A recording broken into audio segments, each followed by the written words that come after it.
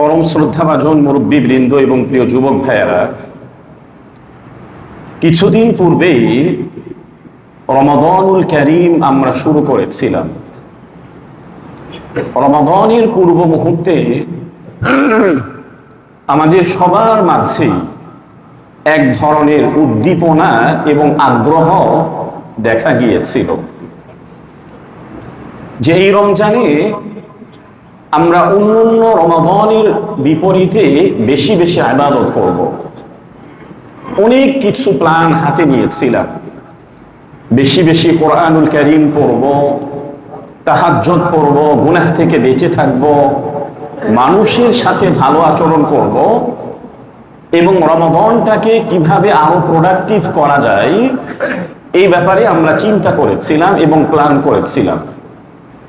কিন্তু রমাদানের দিনগুলি যত অগ্রসর হতে থাকে,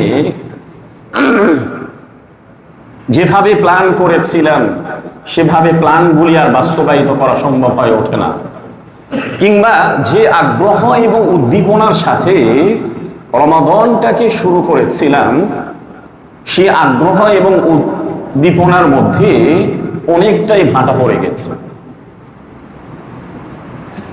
অথচ একজন মুমিনের জন্য সবচেয়ে গুরুত্বপূর্ণ বিষয় হচ্ছে তার শেষটা যেন সুন্দর হয়। একজন মুমিনের জন্য গুরুত্বপূর্ণ বিষয় হচ্ছে কি, তার শেষটা যেন সুন্দর হয়। হাদিসের মধ্যেও প্রিয় নবীজি সাল্লাল্লাহু আলাইহি ওয়াসাল্লাম এমনটি বলেছেন যে শেষ আমলটাই অত্যাধিক গুরুত্বপূর্ণ। এই জন্য আমরা যারা রমাদানটাকে ভালোভাবে শুরু করেছিলাম, আগ্রহ এবং উদ্দীপনার সাথে শুরু করেছিলাম, রমাদানের অনেকগুলি দিন অতিবাহিত হয়েছে, এই আগ্রহ এবং উদ্দীপনাটা যেন এখনো আমাদের মধ্যে থেকে যায়।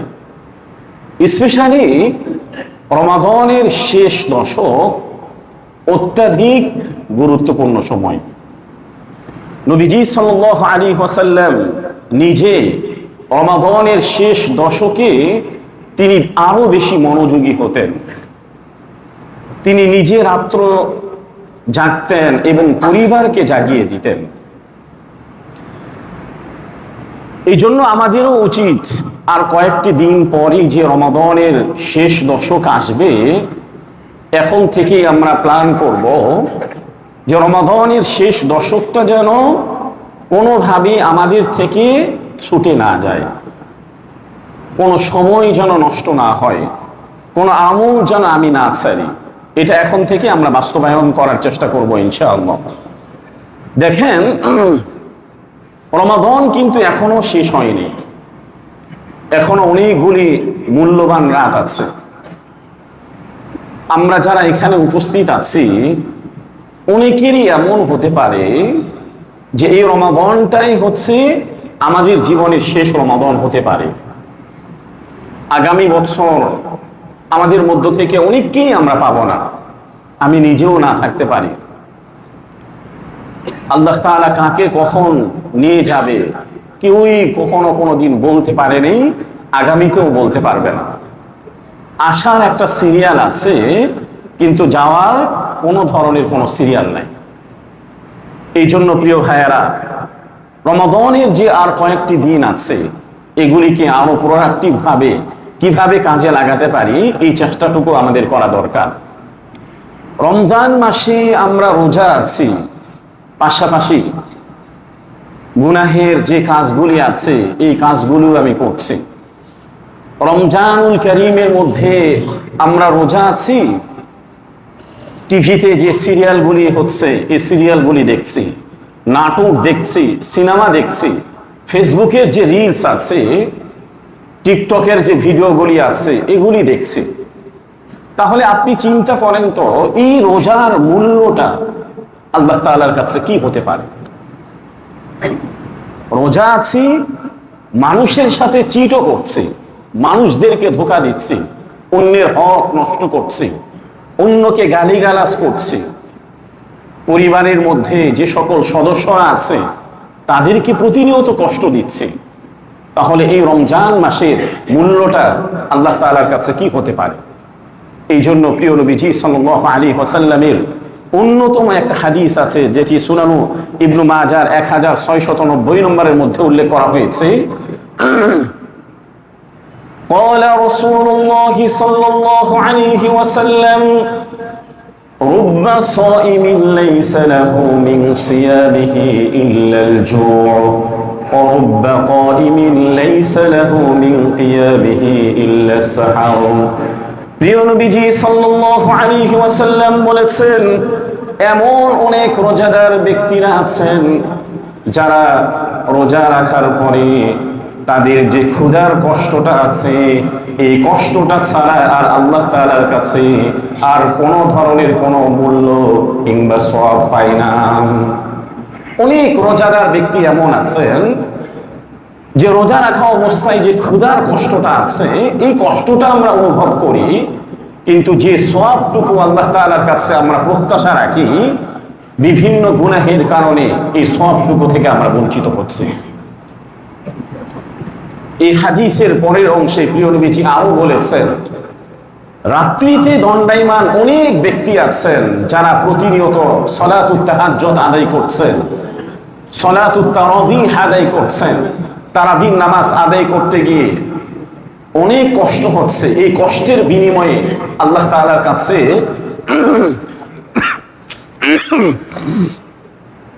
আল্লাহ তাআলার কাছে যে সবটুকু পাওয়ার আমরা আশাবাদী ছিলাম, এই সব থেকে আমরা বঞ্চিত হচ্ছে। দেখেন, আমরা প্রতিনিয়ত কিন্তু সাহারিতে উঠছি। এখানে আমরা যারা উপস্থিত আছি ম্যাক্সিমাম মানুষই কি আমরা সাহারিতে উঠি। সাহারিতে ওঠার পরে আমরা শুধুমাত্র সাহারি খেয়ে রোজা রাখি, অথচ এই সময়ে অন্যতম একটা গুরুত্বপূর্ণ আমল ছিল তাহাজ্জুদের সালাত আদায় করা, যেটা আমরা রমাদানের শুরুতেই বলেছি।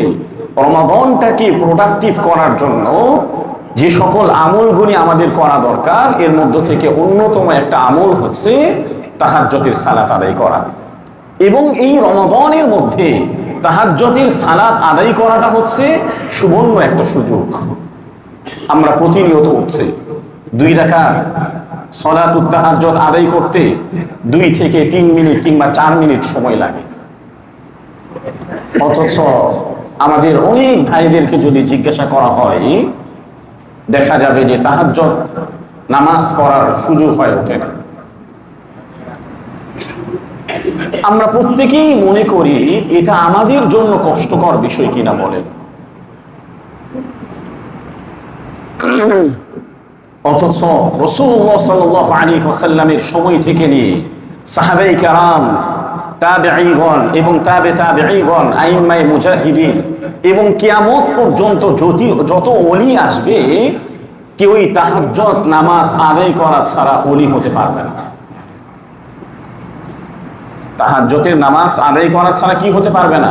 ওলি হতে পারবে না। এই বিষয়টি আল্লাহ তাআলা তাহাজ্জুদ প্রসঙ্গে সূরাতুল ফুরকানের 64 নম্বর আয়াতের মধ্যে বলেছেন, ওয়াল্লাযীনা ইয়াবিতুনা লিরাব্বিহিম সুজদান ওয়া কিয়ামা। আল্লাহ তাআলা বলেছেন, যারা রাত্রির সুখ নিদ্রাকে পরিত্যাগ করে তারা তাদের রবের সম্মুখে দণ্ডায়মান হয়ে যায়। তাহাজ্জুদের সালাত আদায় করতে গিয়ে রাত্রের ঘুম একটু নষ্ট করতে হয়। এই নষ্ট করে আমি যদি আমার রবের সম্মুখে দণ্ডায়মান হই, তাহলে আমি আমার রবের কাছে আরো বেশি প্রিয় হতে থাকবো। আমি আমার রবের কাছে আরো বেশি প্রিয় হতে থাকবো। দেখেন, প্রত্যেকটা রাত্রের শেষ ভাগে আল্লাহ তাআলা নিকটবর্তী আসমানে তিনি অবতরণ করেন। কিভাবে অবতরণ করেন এটা একমাত্র আল্লাহ তাআলাই জানেন, এটা আমরা ব্যাখ্যা করতে পারবো না। এই বিষয়ে সহিহ বুখারীর 1145 নম্বর হাদিসের মধ্যে উল্লেখ করা হয়েছে, قال رسول الله صلى الله عليه وسلم ينزل ربنا تبارك وتعالى كل ليلة إلى السماء الدنيا حين يبقى ثلث الليل الآخر يقول من يدعوني فأستجيب له من يسألني فأعطيه من يستغفرني فأغفر له। প্রিয় নবীজি সাল্লাল্লাহু আলাইহি ওয়াসাল্লাম বলেছেন, আল্লাহ রাব্বুল আলামিন প্রত্যেক রাত্রির শেষ ভাগে তিনি নিকটবর্তী আসমানে অবতরণ করতে থাকেন এবং তিনি ঘোষণা দেন, তোমাদের মধ্য থেকে কে এমন আছো যে আমার কাছে আহ্বান করবে, আমার কাছে দোয়া করবে আর আমি তার দোয়ার আহ্বানে সাড়া দিব। তোমাদের মধ্য থেকে কে এমন আছো তোমাদের প্রার্থনাগুলি আমার কাছে বলতে থাকবে আর আমি তোমাদের প্রার্থনাগুলি পূরণ করতে থাকব। তোমাদের মধ্য থেকে কে এমন আছো যে আমার কাছে ক্ষমা প্রার্থনা করবে আর আমি তোমাদের গুনাহগুলোকে মাফ করে দিব। প্রত্যেকটা রাত্রের শেষ ভাগে আল্লাহ তাআলা এই ঘোষণাটি দিতে থাকেন। স্পেশালি রমাদানের প্রত্যেকটা সময়ই তো আমাদের জন্য গুরুত্বপূর্ণ, বিশেষ করে রমাদানের শেষ ভাগটা কি আমাদের জন্য আরো অত্যাধিক গুরুত্বপূর্ণ। অন্য একটি হাদিসে প্রিয় নবীজি সাল্লাল্লাহু আলাইহি ওয়াসাল্লাম বলেছেন, যেটি সুনান তিরমিজি 3579 নম্বরের মধ্যে উল্লেখ করা হয়েছে, একজন বান্দা আল্লাহ তাআলার কাছে সবচেয়ে বেশি নিকটবর্তী হয় সেই সময়টি হচ্ছে রাত্রির শেষ ভাগে। একজন বান্দা আল্লাহ তাআলার কাছে সবচেয়ে বেশি নিকটবর্তী হয় কোন সময়? রাত্রির শেষ ভাগে। তো এই জন্য আমরা যদি সলাতুত তাহাজ্জুদ আদায় করি তাহলে আমি আমার রবের আরো বেশি নিকটবর্তী হব। এছাড়া আরেকটি হাদিসের মধ্যে উল্লেখ করা হয়েছে, প্রিয় নবীজি সাল্লাল্লাহু আলাইহি ওয়াসাল্লাম বলেছেন, আফদালুস সালাতি বা'দাল ফারিযাতি সালাতুল লাইল।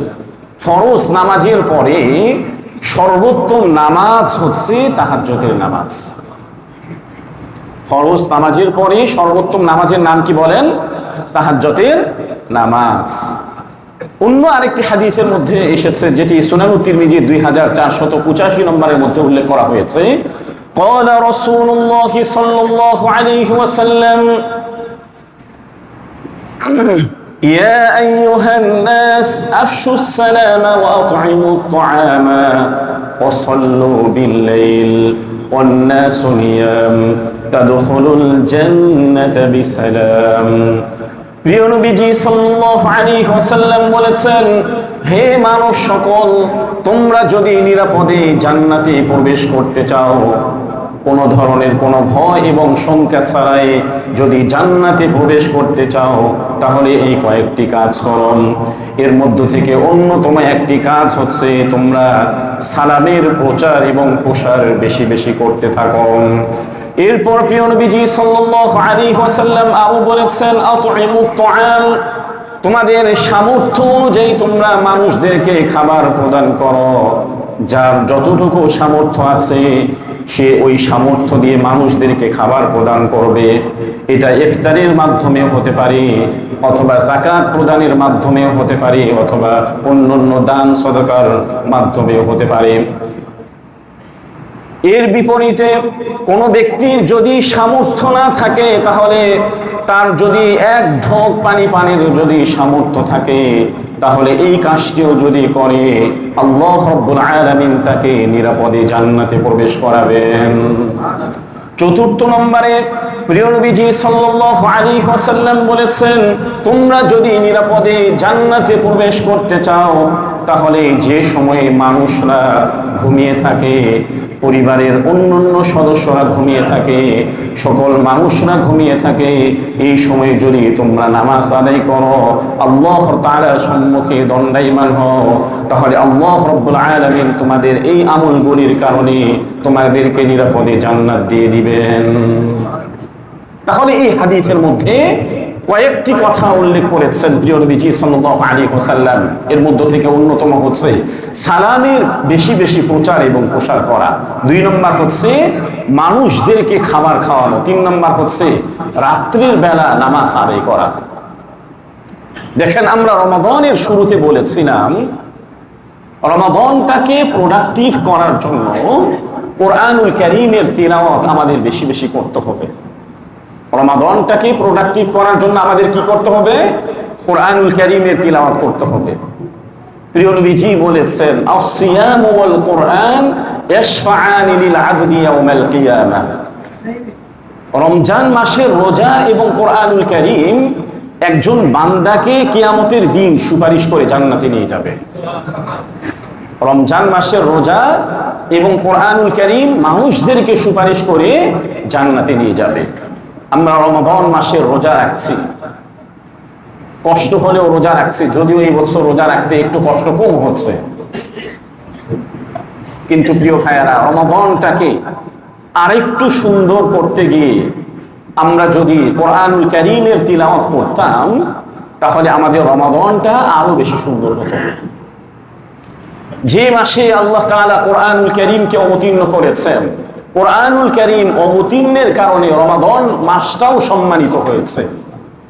অথচ আমাদের অনেক ভাইয়েরা আছেন যে রমাদান শেষ হয়ে যাচ্ছে, কোরআনুল কারীমের তিলাওয়াত করার এখনো সৌভাগ্য হয়নি, কিংবা সলাতুত তারাবিহতে ইমামের পিছনে কোরআন শোনারও সৌভাগ্য হয়নি। নিজে কোরআনুল কারীম পড়তে পারছি না, ইমামের পিছনে শুনতে পারি।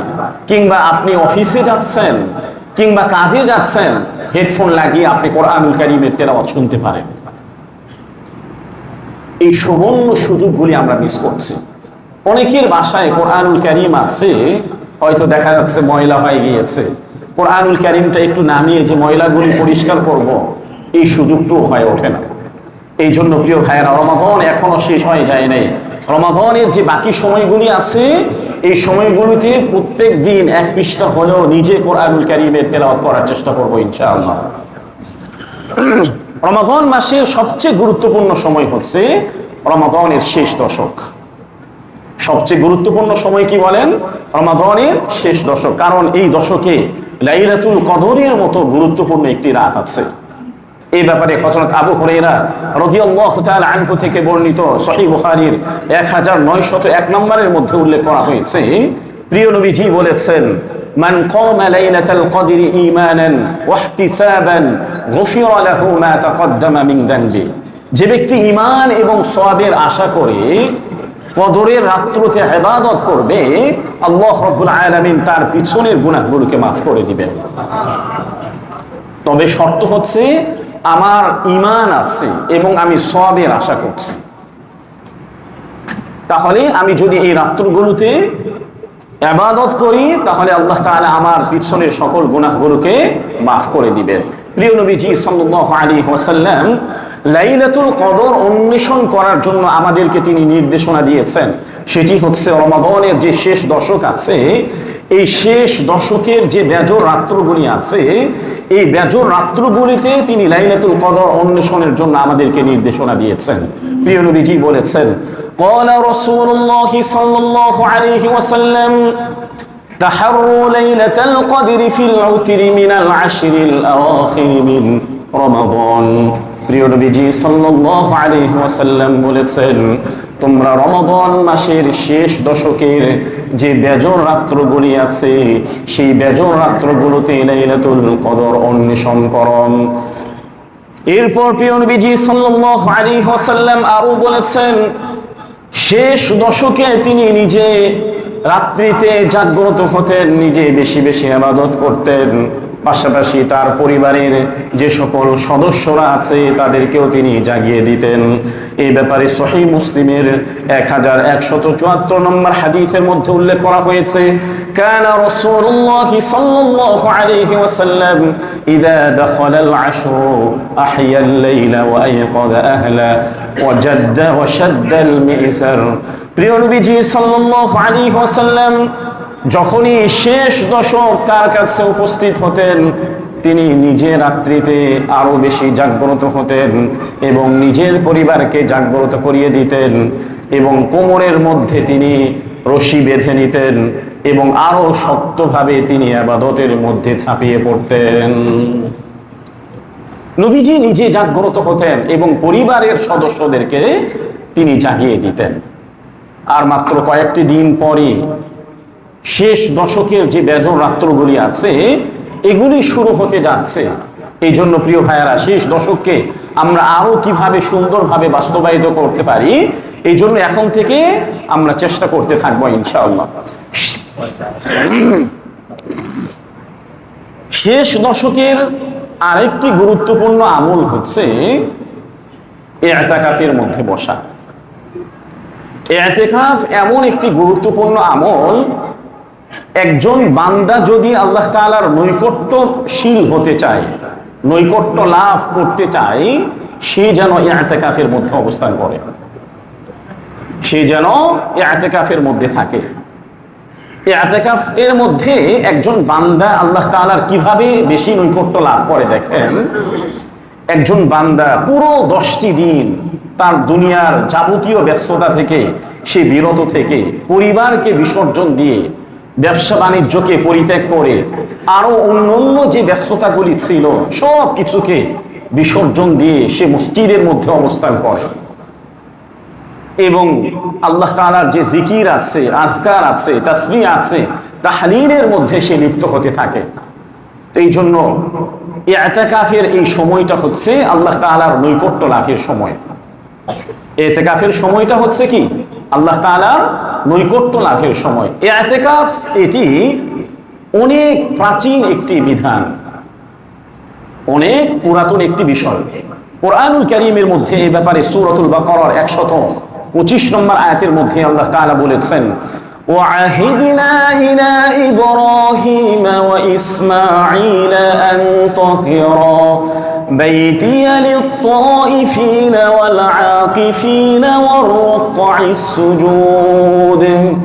আল্লাহ তাআলা হযরত ইব্রাহিম এবং হযরত ইসমাঈল আলাইহিস সালাতু ওয়াস সালাম যখন তারা বাইতুল্লাহকে নির্মাণ করেছিলেন, বাইতুল্লাহকে নির্মাণ করার পরে আল্লাহ তাআলা তাদেরকে নির্দেশনা দিয়েছিলেন যে আমার ঘর বাইতুল্লাহকে তোমরা পুত পবিত্র রাখবে। আমার ঘর বাইতুল্লাহ কাবাকে পুত পবিত্র রাখবে। কাদের জন্য? লিত্তাইফিন, যারা তায়েফকারী আছে, যারা তওয়াফ রত আছেন তাদের জন্য পুত পবিত্র রাখবে। ওয়াল আকিফিন, এবং যারা ইতিকাফকারীগণ আছেন তাদের জন্য কাবাকে পুত পবিত্র রাখবে। ওর রুকআই সুজুদ, এবং যারা রুকুকারী আছে, সিজদাকারী আছে তাদের জন্য বাইতুল্লাহকে পুত পবিত্র রাখবে।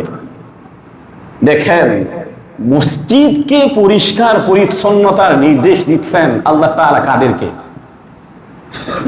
কথা বলেন, কাদেরকে নির্দেশ দিয়েছেন? নবীদের মধ্য থেকে শ্রেষ্ঠ নবী রাসূল যারা ছিলেন, হযরত ইব্রাহিম এবং হযরত ইসমাঈলের মতো নবী রাসূলদেরকে। অথচ আমাদের এই সোসাইটিতে আমরা যদি মসজিদ কমিটির দায়িত্বে এসে যাই, বাড়িওয়ালা হই, গাড়িওয়ালা হই, মসজিদে আসার পরে যদি দেখি মসজিদ একটা জায়গায় অপরিচ্ছন্ন আছে, চিল্লা চিল্লি শুরু করে, আরে খাদেম সাহেব কই গেছেন, মসজিদটাকে সবসময় অপরিষ্কার অপরিচ্ছন্নতা দেখা যায়। নবী রাসূলদের মতো সর্বশ্রেষ্ঠ ব্যক্তিরা মসজিদ পরিষ্কার করে, পুত পবিত্র করে নিজেরা ধন্য মনে করেছেন, সেই জায়গায় আমি এবং আপনি কে? এই জন্য নবীদের কাজের সাথে আপনার কাজটাও একটু হলেও মিলুক। এই জন্য আমরা যে যে পজিশনে আছি সেই পজিশনে থাকা অবস্থায় মসজিদে এসে মাঝে মাঝে মসজিদটাকেও পরিষ্কার পরিচ্ছন্ন করার চেষ্টা করবো ইনশাআল্লাহ। কারণ আমার এই কাজটি কাদের কাজের সাথে মিলে যাচ্ছে? নবী রাসূলদের কাজের সাথে মিলে যাচ্ছে। এই আয়াত থেকে বোঝা যায় ইতিকাফের বিধানটা হযরত ইব্রাহিম এবং হযরত ইসমাঈলের সময়ে ছিল।